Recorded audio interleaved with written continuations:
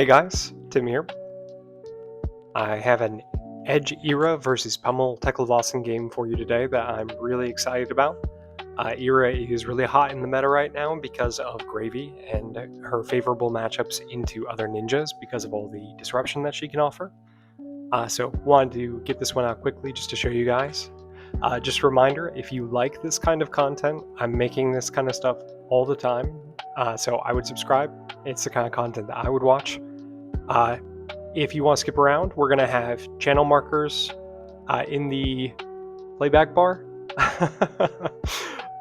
So you can skip around, go from turn to turn, skip the pregame or the postgame discussion, or skip to the end. With that, let's get into talking about the matchup and the specific cards, and then we'll get into the gameplay. So for Edge Era, this is interesting, right? So Edge of Autumn is a card that we've had access to for a while, and it recently just got Armory deck support with all the Vengeance cards, as well as Iris of the Blossom and Okana Scar Wraps. So Edge Era right now is kind of the new hotness, right? So what makes the deck work? What are the strengths and weaknesses? Edge Era is more of a hybrid build, in the sense of it's a block 2, send 2. Sometimes you can convert 4 or 5 cards to attack value. It has a lot of flexibility in that way, but it's also reliant on hitting with edge. For instance, the Iris of the Blossom has no effect if you don't deal damage. I mean, that comes up so often when you're playing against players because it's at the bottom of the card instead of the top of the card. But yeah, it has no effect unless you've dealt damage this turn, so you can't just search the deck for a Whirling Mist Blossom unless you've already hit. So you're levered a little bit heavily into edge hitting. There are also things that can happen with Okana Scar Wraps giving a bonus to a Vengeance attack, but then if you de-react it, suddenly you have no weapon anymore. So that's a brief overview of some of the strengths and weaknesses. Obviously, we're going to see the Vengeance package. We're going to see Whirling Mist Blossom. We're going to see a lot of Ancestral Empowerments, things like that. It's a really interesting deck. I think it has legs for sure.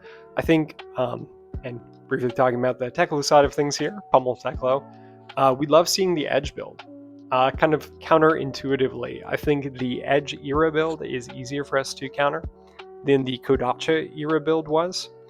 And inversely, I think the Kodachi Katsu build is easier to beat than the Edge Katsu build. So it's funny how the Armory deck swapped these things up for us. So let's talk about Teklo's game plan. We're playing Pummel Teklovossen, which levers really heavily into Pummel and the Pummel package, but it has a full switchboard. This will be the first time on this channel that I am going to be showcasing the full switchboard that switches the deck into a defensive deck where the win condition is Singularity. The key cards I wanted to point out here are the Steel Soul armor pieces. All of them are going to be important. We need one equipped to each slot in order to cast Singularity. Singularity being the next card. When we cast Singularity and we have a Steel Soul equipped into each equipment slot, we get this big combo finish that deals like 40 damage over the course of 2 turns. It's crazy. You basically guarantee to win the game. You just have to get there. So that's the hard part, right? Is getting there. Finally, the card that I want to call out here, the sleeper card, the best card in this matchup is probably Command and Conquer, kind of weirdly, because it is going to help us keep Era off of a 5-card hand as we are setting up and getting to our Singularity finish. All right, so with that, we'll go ahead and get into the gameplay. Quickly before we get into the gameplay, I just wanted to review the sideboard option that I decided on here. You can see it on the screen. Key cards here are going to be the things that make Fatigue work. You're going to see that there's a much higher density of D-Reacts, a higher density of 3-block cards. You can see we've taken out all of the mage pieces. We took out our weakest link because weakest link, the card advantage of knowing what is in Era's hand is not that valuable for us compared with some of the other things that we have access to here. So just a brief look at the sideboard. Let's go ahead and we'll get into the game. All right, so now we're back in the game. I lost the die roll, so Era is going to be going first. A play pattern that you're going to see a lot here is pitch blue, swing with Edge of Autumn, follow up with a 2-for-6 attack. That's going to be just classic. We're going to see it a lot here. From my side of things, really unhappy with the first hand that we drew. Not only is Pummel a key card in this matchup, and we're going to end up having to throw it away, but we have no Evo, right? Evo density is something that we should consider here and talk about. The fact that only 12 of the cards in our deck are Evos now that we've taken out all of the mage pieces means that we're going to have to get luckier in order to see Evos. You can see here he's throwing a Censor at us. Censor, at this early stage in the game, it could hit us. He could name anything and it wouldn't matter. Really, we're just going to be throwing away this hand. We're going to be cycling hands aggressively until we can find and cast Evos. An advantage of this version of the deck is that we have the ability to block with our Steel Souls and then get them out with our Scrap Offers. We're just going to cycle this Pummel. We want to keep this Pummel. So if you're wondering why did we de-react here, we want to keep this Pummel for the late game. Pummel's an essential card here. Unfortunately, we didn't roll into an Evo, but we're actually going to get another chance to roll here by pitching blue into our hero power. So let's go ahead and wait and see what we do. Yeah, we're going to pitch blue into this hero power. We want to save LCM, so in the case that we can't get rid of it, we just want to make sure that we have that attack available for us in the late game. He probably is like, what did he do? Why is he doing that? He's probably reading my hero power. It's okay, Matt. You're doing a great job. Yeah. So for our first turn of the game, again, we see no Evo. That's okay. What we're going to do is convert this Pulse Wave protocol offensively for no value. So it's just going to be a 3-for-6. We're going to Arsenal one of these D-Reacts. We could have overpitched into this Pulse Wave, but I honestly think IPing ourselves for some extra defensive value is fine. I think it's totally valid, and maybe kind of knowing what I know now, maybe I should have actually overpitched this Shelter from the Storm. But again, it's totally valid. He's asking the question. Actually, for this game, I do have audio recorded. It's a little bit fuzzy, but I do have audio recorded for both sides of our matchup. Like as we were talking throughout the game, that I've been referencing. But he's like, "So you're telling me that you're sending this 3-for-6 with no value?" And I'm like, "Yeah, I'm sending a 3-for-6 with no value here." It's definitely disappointing. It is just a role player in this matchup. You're kind of fine with just getting some chip damage in. He's not going to block it. Why would he block it? Yeah, Arsenal of Fate Foreseen because it's better from Arsenal. And then we can Shelter. This is the first time that we've seen an Evo, but unfortunately we can't cast it, which means that all of these cards in our hand are for blocking. Oof, that is a big woof, which is bad. He is going to remark here that, oh my gosh, you got so lucky. You saw so many D-Reacts. And I am going to remark here, oh my god, I wish I didn't see 4 D-Reacts, 4 of my 9 D-Reacts in the first 20 cards, right? I really wish that I had seen more blues. So this version of the sideboard is running 45% blue, 55% red. Just about, there's a mix of yellow in there, but, the important cards are red and blue. We're going to Shelter here. It's totally reasonable to Shelter the 1 damage from the edge, as well as preventing the next attack from being a breakpoint. And we can't cast this Evo Steel Soul Processor, this chess piece. We're just going to block with it. And then we'll be happy to de-react this one as well. He has Okana Scar Wraps, which could push this over the edge. We want to opt with our Fate Foreseen, because again, we want to be able to cast these cards. Later on in the game, we may have access to Scrap Trader. Scrap Trader is a card that only comes out in the Fatigue board, but it banishes 2 Steel Souls from our graveyard and makes 4 mana. So these Steel Souls that are going to the graveyard are not going to be wasted. We will be able to get them out later if we need to. Now, he is committing an Ancestral Empowerment for no value here. I think he is just trying to be aggressive. It's not like he can convert more cards right now because he doesn't have Go Again on this combo card. But he could give it Go Again with his boots that he's chosen here. Let's go ahead and see what happens. Really, on our turn, we're looking at arsenaling this Fabricate and then IPing ourselves with this Vapor Scene. On top of our deck, we see another chess piece. I think we're happy to leave that on top.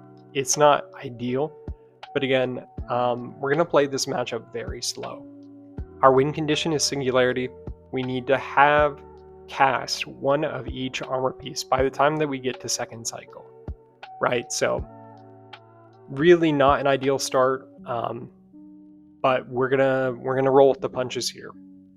Yeah, so another hand that doesn't cast an Evo piece. That is really rough. This is 3 turns in a row. 4 if you count turn 0, right? 4 turns in a row where we have a hand that doesn't cast a Steel Soul. Oh my god. You might say to yourself, like, Tim, you're losing to your deck right now. But this is just something that can happen. And I want to showcase this. This can happen. You can win. We're going to roll with the punches. This hand, it can't cast a Steel Soul. It's not defensive, but it is offensive. We could convert this hand into 10, destroy an arsenal, plus they discard a card. That's non-trivial. If we can, we will try and hold on to our full hand because it converts CNC plus Pummel. CNC for 2, Pummel for 2, and we have 4 pitch. Bittering Thorns yellow just is a Go Again. We're not terribly worried about this. I think we're happy to de-react it because I don't think that we're going to get out of this turn alive not blocking, right? So he could chain Bittering Thorns into Whirling Mist Blossom with his mask. We would not be happy to see that. I don't know if that's evident, but yeah. So it's not a Vengeance card. We're not worried about Akana Scar Wraps here.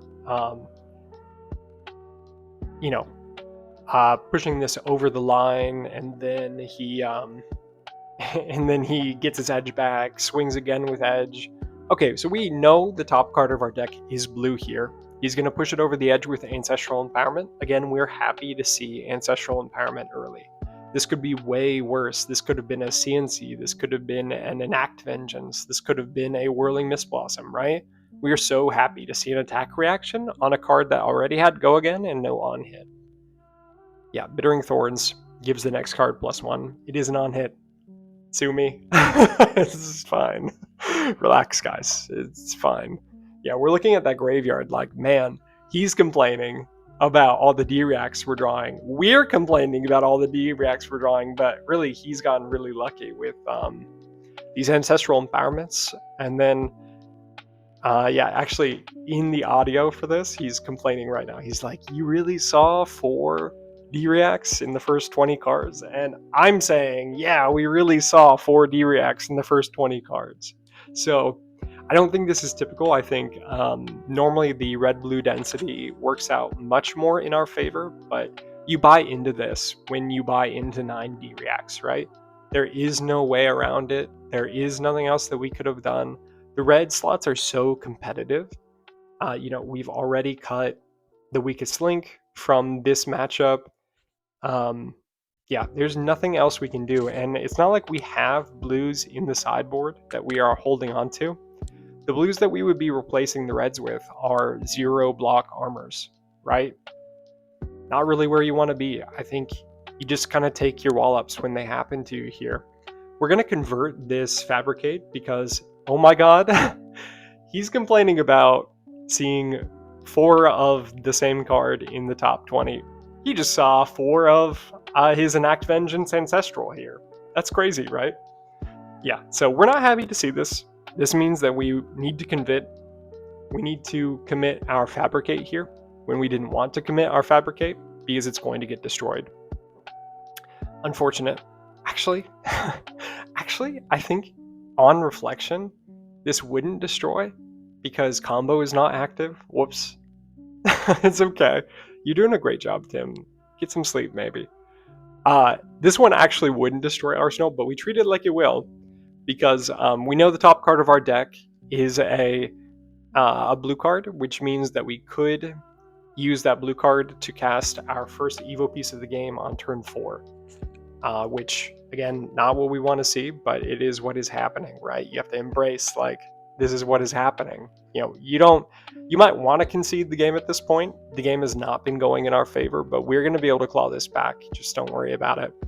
Which leads into our next turn. We have a lot of options here. We could be offensive with Command and Conquer. We could cast the Steel Soul. We could keep the Pummel. We could keep the CNC. Really, I said it in the pregame, and I want to repeat it here, but CNC is our best way of disrupting him early in the game, so we want to hold on to that. Pummel will be much useful to us later in the game. All right, we're starting to see our blue. Really happy about this. This is a hand that we would really love to hold on to 3 cards with. So you're going to see that we're not going to defend as much here. We want to keep this Steel Soul Enforcement in hand because it only blocks 2 right now. So really, we want to keep Steel Soul Enforcement, the Evo Arm Piece, and Pulse Wave Protocol. Those are the 3 that we're eyeing right here. Worst case scenario that happens, we would send CNC and block 3. All right, Seek Vengeance. Yeah, Seek Vengeance for 5. That is vanilla damage as far as we are concerned. We are happy. Hey guys, whoops. Sorry, I had to run out for just 1 second, but I'm back. Let's get back into it. Hey, so we're being attacked for 5. We have an easy block for 3 with the chest piece that we just equipped. We're okay leaking 2 damage here because it means that we can guarantee cast this arm piece next turn, which progresses our game plan.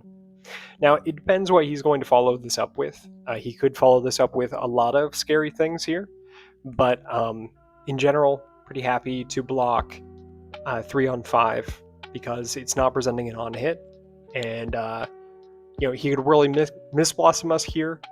We accept that as being a possibility, so let's go ahead and look at what he does.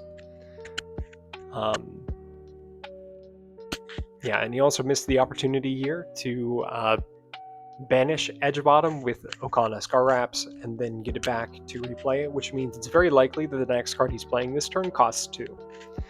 So, again, we're hoping that Singularity carries us over the finish line, which is why we are okay with what we got. Okay, CNC for 6. Yeah, not really what we want to see, but it's also not the worst case scenario. We really don't want to throw away our arsenal here. Our arsenal, I believe, is also a CNC. Let's go ahead and take a look. Actually, is it the arm piece? Sorry, guys. It's okay, Tim. You're doing great. Let's go ahead and take a look. Yeah, we do have an arsenal. All right, arsenal CNC. Yeah, we're happy to disrupt this 5-card hand here. We don't want the life disparity to get too high. They either need to block with 2 cards from hand or let us eat their arsenal card here. I love CNC, but when do I get to eat the arsenal, right? Is it like a trigger, or I'm messing? we have fun here. Anyway, we're just going to be arsenaling our own Evo piece here just so that we have access to it. And then we're hoping to draw a hand with that we could convert a blue plus a red into this arm piece next turn. Really, that is the goal here. We didn't want to have too much life disparity, which is why we're okay with this. And it looks like he is just going to let us eat his arsenal card. We're going to take the bite out of his next turn, removing that attack reaction, which would have helped him go over the top with like a D-react. Yeah. We're kind of back at parity here. 28 life to 27 life. We have 2 banked life with our Evo chess piece. We did draw a hand that casts our arm piece, as well as a hand that casts our leg piece if we kept 3 cards in hand. So let's go ahead and look at what happens. Edge of Autumn, coming in for 1. I haven't talked about this yet, but Edge of Autumn is a card that gets scarier the longer the game goes. So right now we're okay with leaving ourselves open to it, taking the 1 damage, as long as he's not obviously presenting a hand that converts Whirling Mist Blossom. But again, I haven't mentioned this yet. Whirling Mist Blossom is not that scary of a card for us here. It comes in for 2, or it comes in for 3. Oh, and looks like he's going to commit a Razor Reflexes just to push damage. It looks like he drew an awkward hand here that was mostly attack reactions. He's just pushing 5 on an Edge of Autumn. We are so happy to see pushing 5 on an Edge of Autumn. This is maybe one of the best case scenarios for us here. It is a hand that does not pressure us well, right? And then he's going to go into a 2 for 7. Yeah, 2 for 7 with the Siren Song. It's actually 2 for 8 when you consider the fact that this is going to gain him 1 life. We would really like to keep 3 cards in hand. I'm not sure what the Tim who is playing the game is thinking right now, but I'm looking at the fact that if we blocked with 1 card from hand, plus our chest piece, we could convert this leg piece and still have access to the arm piece. Let's go ahead and see what Tim in the game is thinking. Yeah, block with a 2, that's a no-brainer. We're either blocking 6 on 7 here, 2 cards from hand, or we're blocking 5 on 7 here. Let's go ahead and see what happens. There's, advantages and disadvantages. I think we're going to go with the safer play, which is blocking 6 on 7.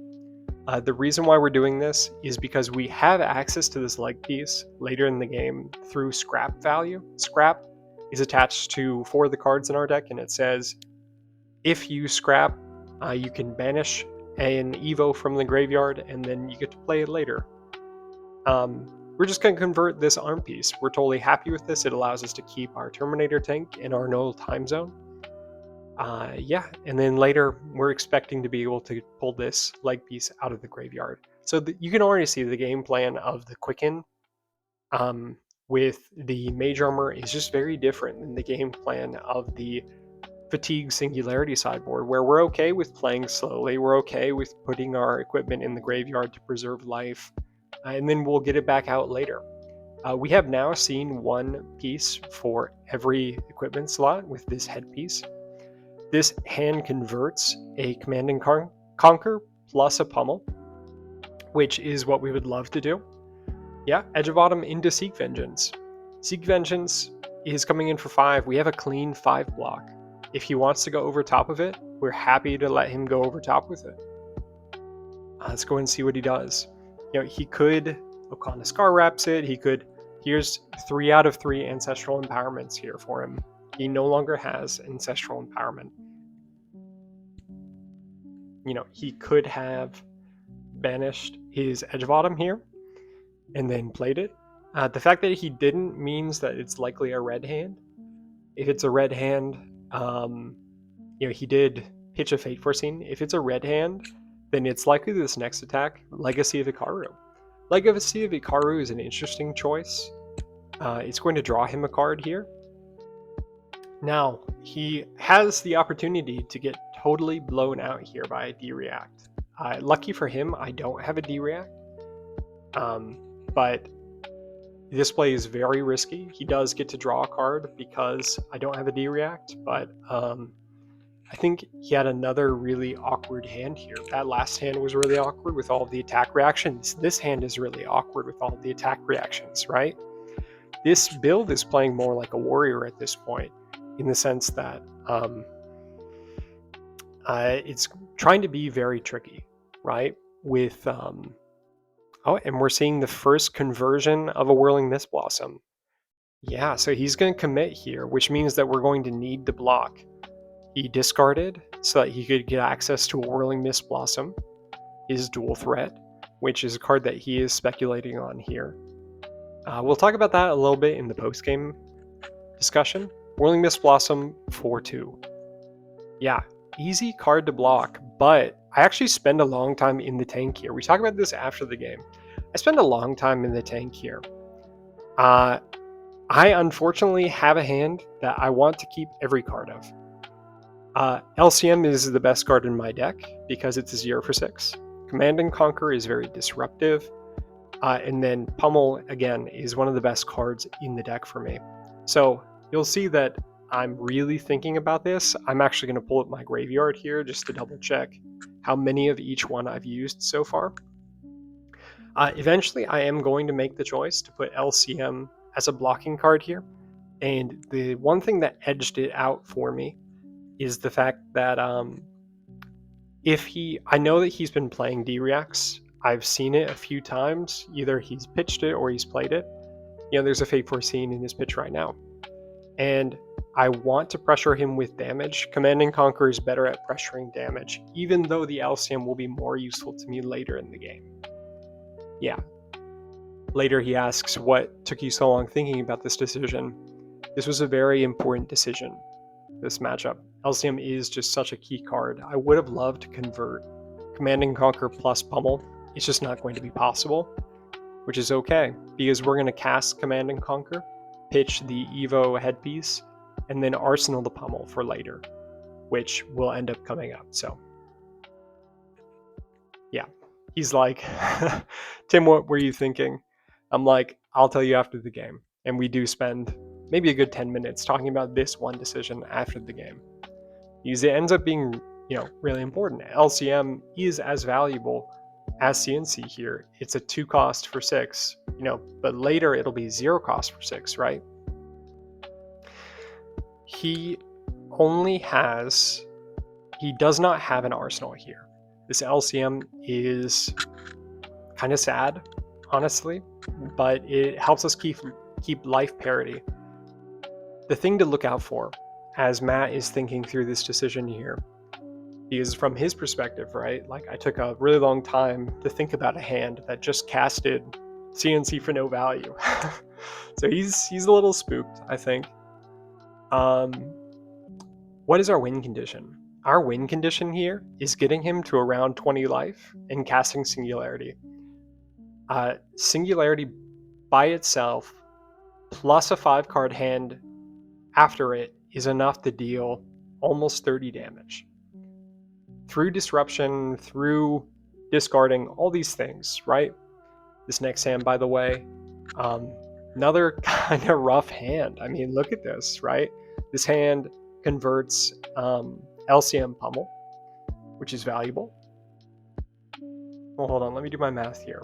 It actually doesn't convert LCM Pummel, which is unfortunate. It red LCM, pitch Pummel, red LCM, pitch, yellow LCM, and then, no way to play the Pummel. But we do actually have a Pummel in Arsenal. Sorry, I forgot about this. Let's go ahead and talk about it. Yeah, so we fabricated. The reason why we're fabricating here, we don't want him to get his Okana Scar Wraps value. On top of that, we want to keep all 3 cards in our hand, which means that we would really like that this arm piece block as much value as possible. Because next turn, we have a disruptive hand. So LCM is a 2 for 6, and then Pummel on top of it is another 4 damage, plus he discards a card. Now we're blocking 3 on a 6 here. Kind of a little sketchy. He takes a long time to think about what to name for Censor.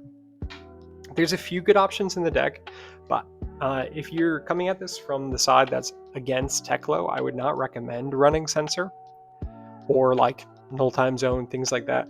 Those cards are best when you are playing a deck that has engine pieces. And engine pieces like with Gravy Bones, his engine is Golden Tipple, right? It starts his turn. It allows him to continue his turn. Ira, you actually saw earlier in the match, if you were paying attention, I pitched a Null Time Zone. That's because the card to name against Ira is Bittering Thorns, right? She runs rainbow of them. It helps convert her hand. And if you play a Null Time Zone for 2 to 3 turns, usually 3 turns, they cannot play or pitch that card from hand. And you can see actually names War Machine. I was emotionally ready for him to name LCM or Pummel and totally blow out my turn. Luckily, he doesn't name the right card. It's just a shot in the dark. He doesn't know what I want to name or what I want to do here. So it could have been anything. He could have gotten lucky. He got unlucky here for sure. This is just matchup knowledge, right? LCM for 6. Just a 2 for 6. Smile. Just a 2 for 6. Well, and then there's a Pummel behind it. We're going to try and steal tempo, and we're going to try and not give it back. So he's going down to 2 cards in hand here. He's going to take 6, bringing him to 20. we are setting ourselves up nicely for when we eventually do draw Singularity. And you can see here that the game is starting to go in our favor, even though we're only at 2 armors equipped. That is because once Teklo gains control of tempo, things are going to start looking up for us. You know, we have a little bit of health to work with. We would be willing to take some damage to equip still. Let's go ahead and see what happens. Yeah, and he's kind of moaning a little bit. He's like, you know, I wish I'd named LCM, or I wish I'd named Pummel with the sensor, but that's the risk that you take on when you name with sensors, that you name the wrong thing, right? Like this could have been a Terminator tank for 6 as well. It could have been anything, really. So it's, you know, it's unfortunate, but it happened, right? Yeah. Okay, so we finally get to our scrap trader. We run 1 scrap trader in this deck, and it's for one purpose, which is we stick it in Arsenal, and eventually it casts a Steel Soul for free. If you don't know how a scrap trader casts a Steel Soul for free, you have to have a way of giving it go again, like Time Snap, which is in this version of the deck. And then you Time Snap, make an action point, so you're sitting at 2 action points. Then you cast Scrap Trader, makes 4 mana, and then because you have the action points and because you have the mana, you banished 2 Steel Souls from your graveyard, and now you can cast one of them for free. It's a great play to make off of a 1-card arsenal. Here, we don't have access to Time Snap, but we do have access to Teklo's hero power. So what we're going to do is we're going to Scrap Trader, and you can see, just talking through what he's doing. Edge into Bittering Thorns, we're not worried about this. We'll block 3 on 5 again. It's totally no problem. Yeah, we're just going to block 3 on 5. We want to keep our LCM. And we need the LCM for pitching, right? I'm about to explain it. Scrap Trader is going to banish 2 Evos from our graveyard. And then we are going to use a blue, pitch into Teklo's hero power, float 3. And then we're going to cast an Evo at instant speed instead. Yep. It's okay, you're doing great. Kind of taking a little while just to think through this hand here, which is fine. Yep. And yeah, all right. Scrap Trader, we want to cast the leg piece, so we need to banish 2. We make 4 mana when this resolves. Yeah. He's saying, what the hell is this card? Why have I never seen this before? That's because this card only comes out in the Singularity matchup, and that's because Scrap Trader is mana that you can put into your arsenal, which is always valuable, right? Teklo has so many tricks that he can do. He can be so crafty. This is just one of the ways that we can be crafty. You can see here I'm going through the process that I just described. Definitely going to arsenal this War Machine. Yeah. And then we would love to threaten this War Machine next turn, unless we can cast a headpiece. Scrap Hopper, as well, as you see there, can get us our last piece. Our last piece being the headpiece, which is in our graveyard right now, I believe. Actually, we may have pitched it away. Regardless, we're at 12, he's at 20.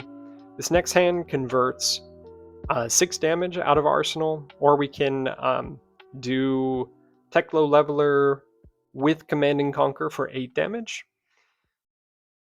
Yeah, it's starting to get to the point where Edge of Autumn is scary for us. You can see that Matt, who is playing Era, keeps pitching his D-Reacts. It is really lucky for us that he brought in all of the D-Reacts. That is really slowing his deck down for us, which we're really happy about. Normally, if we were playing the aggressive Quicken variant here, the D-Reacts would be getting a lot more value. But we're playing the long game. You can see Iris of the Mist Blossom is going to grab a Whirling Mist Blossom, which he's going to try and convert here. Because it's the second chain link, it's going to be a 1-for-3 with Go Again. We're going to have to block 6 on it, because if he draws 2 cards here, it is a disaster. So I think what we're going to do is block, War Machine because we have one in arsenal, plus an additional 3 from our newly equipped leg piece. You can see here we're checking what is in our graveyard already. We don't want to throw away our last Command and Conquer. Yeah.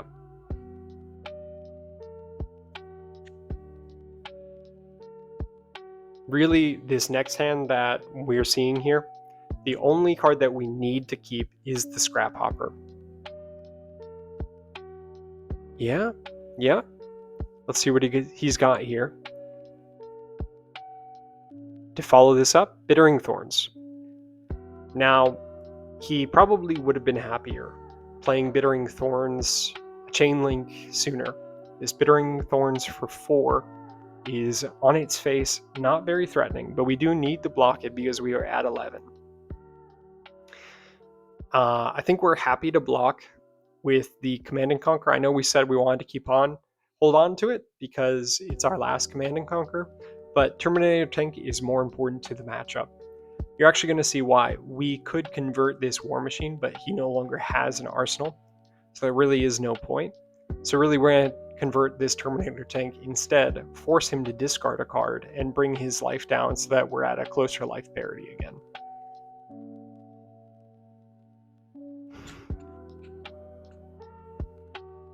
Yeah. Or, at this crucial juncture, we could cast this chess piece over our chess piece that has 3 counters on it. Here we decide to do the Terminator Tank. I think that disruption is more valuable than having access to 3 more life, because if you think about, one of the cards in his hand is probably worth more than 3 of our life. Normally, cards are better offensively suited than defensively suited.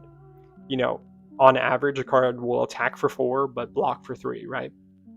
So the fact that we are taking 2 cards out of his hand here, even though we don't get the on-hit value, it's totally reasonable. And now we finally have the last piece that we're looking for. Really the last piece of Exodia.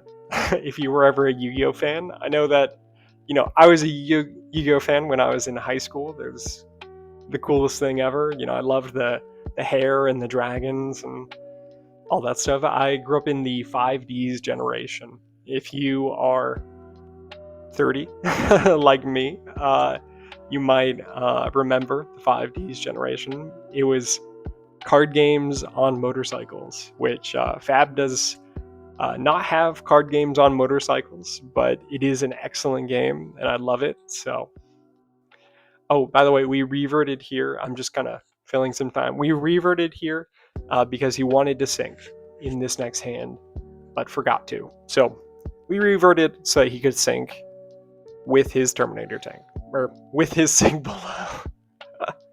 Get some sleep, Tim. You're doing great.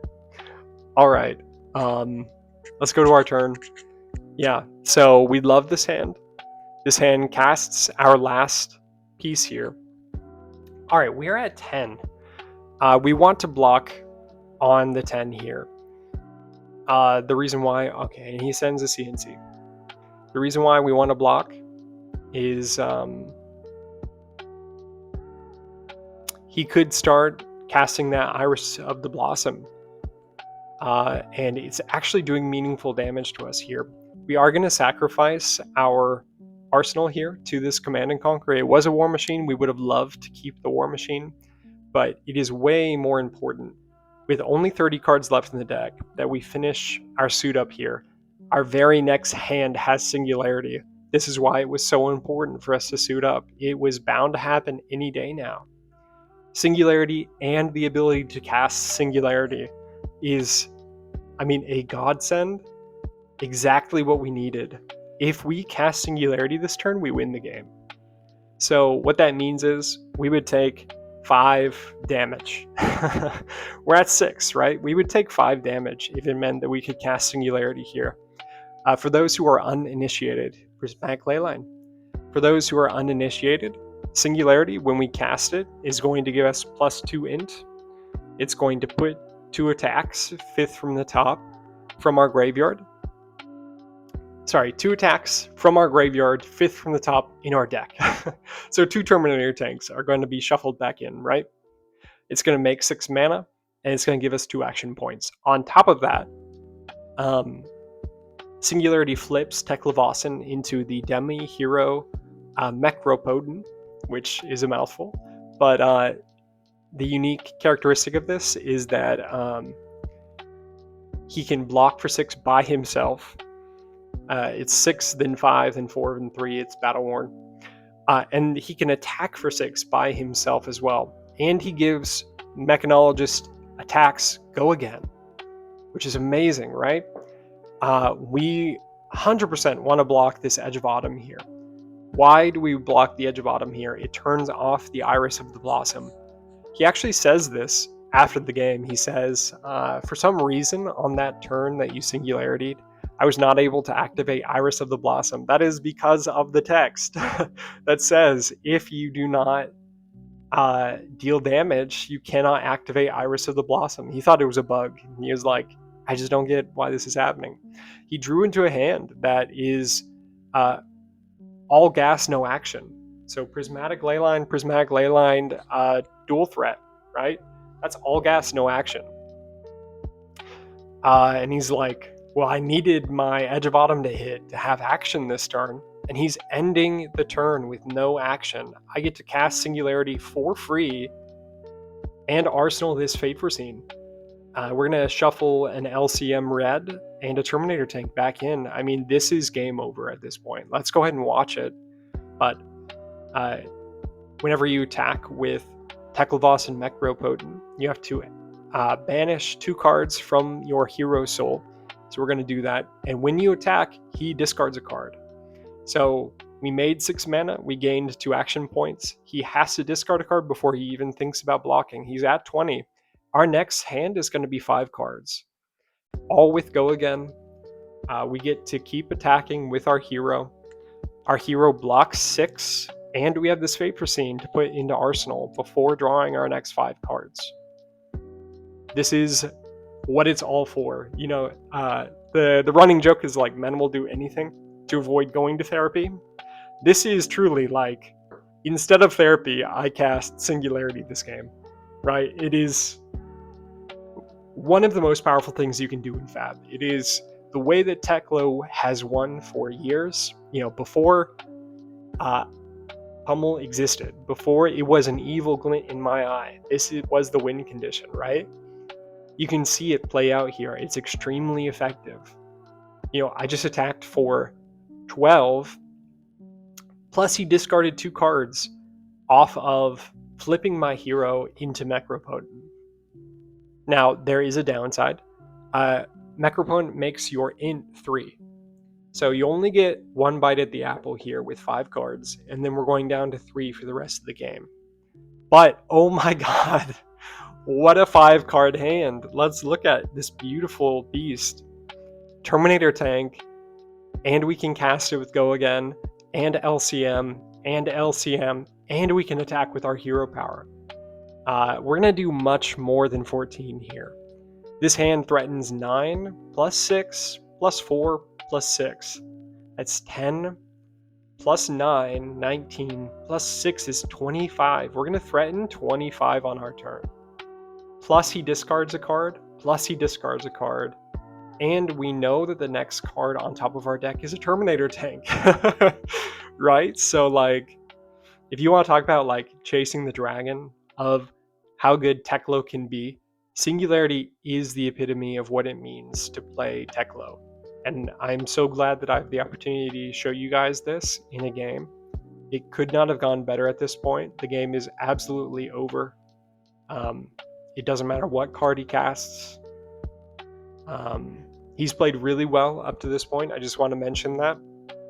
You know, there's not much that he could have done better to squeeze out any more value. We talked for a long time after this game about the choice to play the Prismatic versus pitch the Prismatic, but I mean, the truth of the matter is that he just didn't have anything else productive to do with that hand. Like, his deck failed him on that turn when he had Prismatic, right? He had double Prismatic, no juice.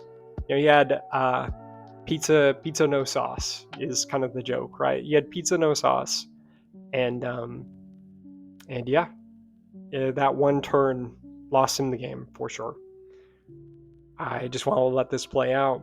9 overpower, go again. When it hits, he discards. Yeah, it's beautiful. He's blocking 6 on 9. Let's see if he has more in him. He has equipment block if he wants, but if he blocks with his equipment, it's not going to get better. It's going to get worse for him. Yeah, blocking 8, blocking 9 on 9, which is more than enough here. Yeah, LCM for 6. Block this one, you know? LCM for 6. A 0 for 6, go again, in the late game. And we're going to chain it into a 0 for 4, go again. Yeah, 0 for 4. Yeah, we can be a ninja too, you know, Era, we can be a ninja. You know, it might not be as pretty, it might take us, 12 turns to get there, but we can be a ninja. I mean, it's just beautiful, right? Like, you won't make a Teklo player smile, you just show them Singularity. It's like the best card in the game. It's the reason you play the hero. I mean, I'll be honest with you, it's what attracted me to the hero. I remember when I was testing Teklovossen for the first time, I was like, the Singularity card is really interesting, but I don't know if it can win a game by itself. That's actually how I created the LCM Pummel list in the first place, was actually like, I was looking for ways to make Singularity stronger, and LCM being a free attack that would benefit from Go Again. You know, if you conceptualize what's the most powerful hand that you could convert as Teklovossen, they all involve Singularity, because the hero power gives all of your mech attacks Go Again.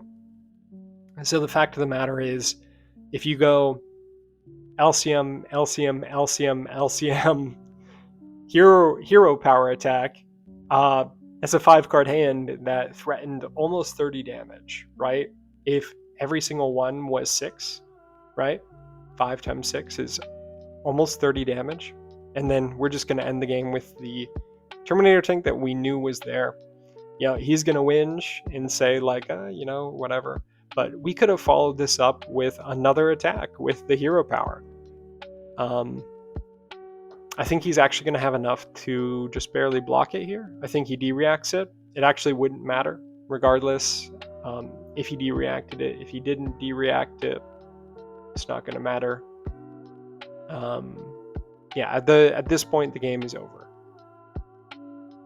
Yeah, attack for 6. It was an Ophidia. I have Ophidia. We actually talked about this after the match, and he ended up taking out Eye of Ophidia because it doesn't block. And I'm so sorry. I wasn't logged in, so you don't get to see my value here, which makes me sad, but I can tell you I had a 25 value turn when I converted that 5-card hand, which is just beautiful. On top of, I blocked for 6 plus an additional 1, so it was actually a 32 value turn that I had with Singularity there. Okay, so this was Edge Era, a hybrid Edge Era versus Fatigue Singularity, the Fatigue Singularity matchup for the Pummel Teklovossen deck. So I hope you guys like it. You know, I think that this matchup is really relevant right now. I think that the Singularity board is the board that you want to be on, unless you know that they are on the Kodachi package.